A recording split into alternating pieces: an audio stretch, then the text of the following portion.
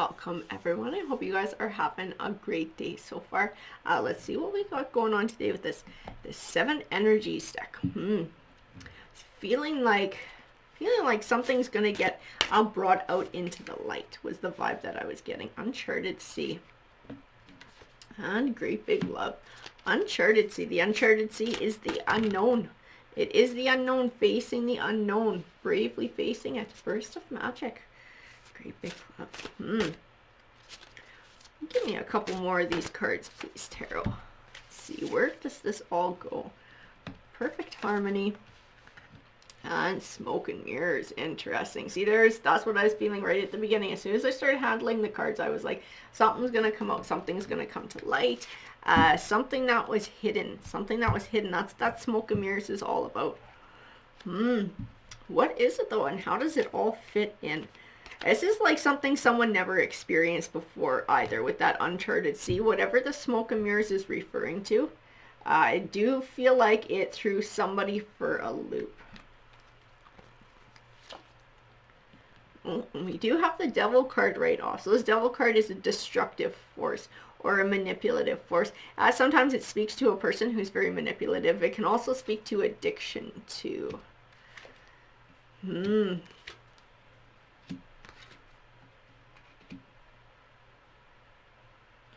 Who is this? I want to know who this is all about.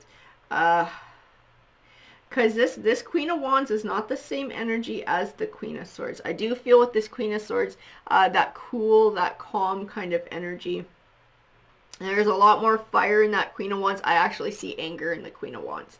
I want to know how it fits in. If like, this Queen of Swords, did she lie to the Queen of Wands? Is this where the anger comes from? And the Five of Pentacles is like being left out in the cold, or somebody feeling like they were left out in the cold. You know, it's like this Queen of Swords. She presented herself one way to this Queen of Wands and sort of what their relationship was about.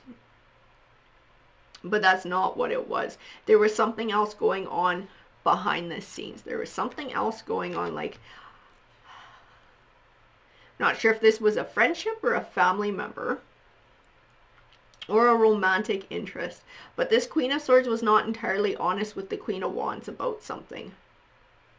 And she did take advantage of her in some way. I don't know if it was financial advantage, but she took advantage of her in some way. King of Wands. Ooh, that's how she fits in. She definitely stuck her nose in where it didn't belong. The Queen of Wands. Ooh. So the Queen of Swords stuck her nose in the Queen of Wands relationship with the King of Swords. With the King of Swords. Her goal was to take the King of Swords away from the Queen. It was like to break up that unit. It was jealousy. Because that Perfect Harmony, it's like she saw that somebody had something that she wanted for herself. She saw somebody who had this relationship, a committed relationship, and she wanted it, and she didn't necessarily, I'm just going to say it, she didn't even really necessarily want this king. She just didn't want these people to have this great big love, to have this connection, to have this happiness. She saw it like this burst of magic, like what they had, their relationship, it was like almost magical. And guys, I'm not saying this is how it was. I'm saying this is what her perception is. This is what's coming through in the cards. This is how she perceived this relationship, like great big love, like burst of magic, in perfect harmony. That's what she saw.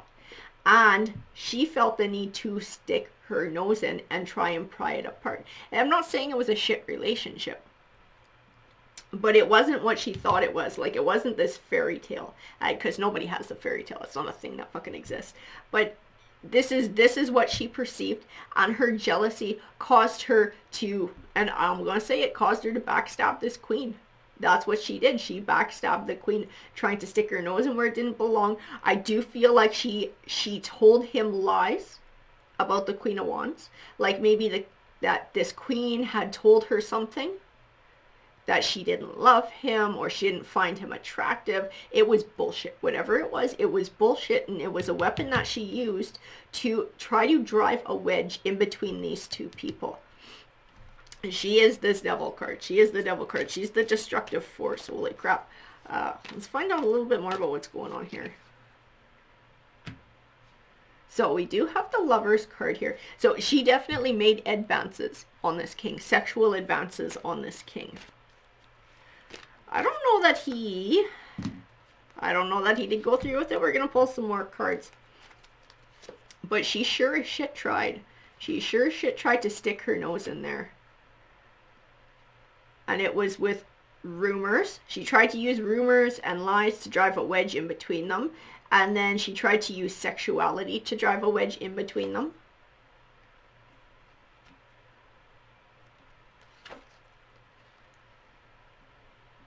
I don't feel like he stepped into this, guys. So remember, this is a general read. It might not resonate with each and every one of your situations. The vibe that I get in this read from these court cards is that he didn't actually bite on this. Nothing actually happened. I don't feel like anything actually happened from these cards.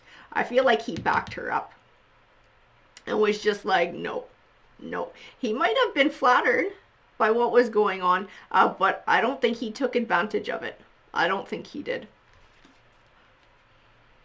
I think his relationship with the Queen of Wands meant too much to him to step away from it in this way and to cause this kind of a detrimental effect on the relationship. I think they just had too much history together. They had put in too much time together. I feel like they've had a committed relationship for quite a long time. And he wasn't willing to risk it.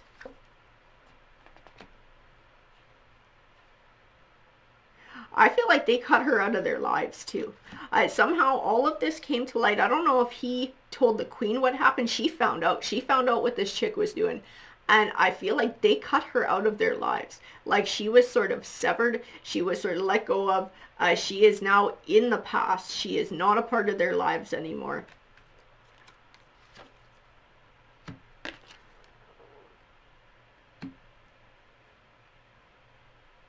You have that Hermit card too. That Hermit card is a lot about introspection. It's sort of taking time to contemplate things, taking time to think about things. This king, I feel like this Hermit card actually plays a part for more than a few people.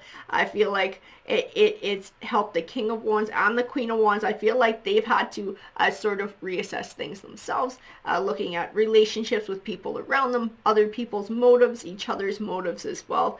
I don't feel them split apart though either.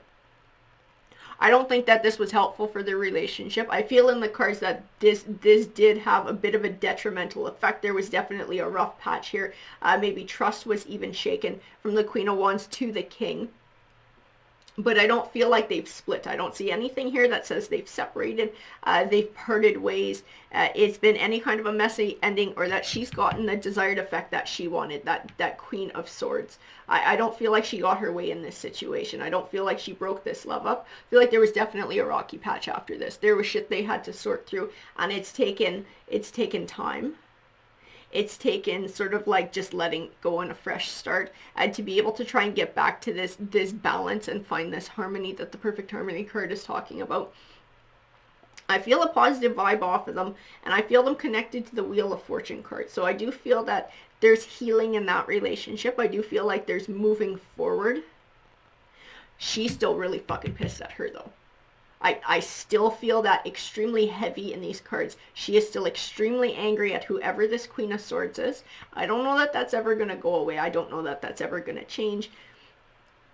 I don't feel anger towards the King of Wands though, and for him I don't feel anything negative towards the Queen. So that's why I feel like they're still in this together. They're still working towards moving forward. They're working towards letting go of this past, cutting this person out of their life, and sort of moving beyond that. And they probably tread a lot more carefully in who they let sort of within their inner circle these days too, after all of this. But I do feel like they are moving forward from the past, and they're moving forward together. I feel togetherness in this Eight of Cups. This is not just one figure walking away from the past. This is the two of them together, severing her in their past and moving forward with all of this shit that happened and moving on. Alrighty guys, so that is what this read said to me. Remember, if you find these reads helpful, if you find them valuable, please hit that like button, that subscribe button. It definitely helps the channel out. And have a great rest of your day, guys. Take care.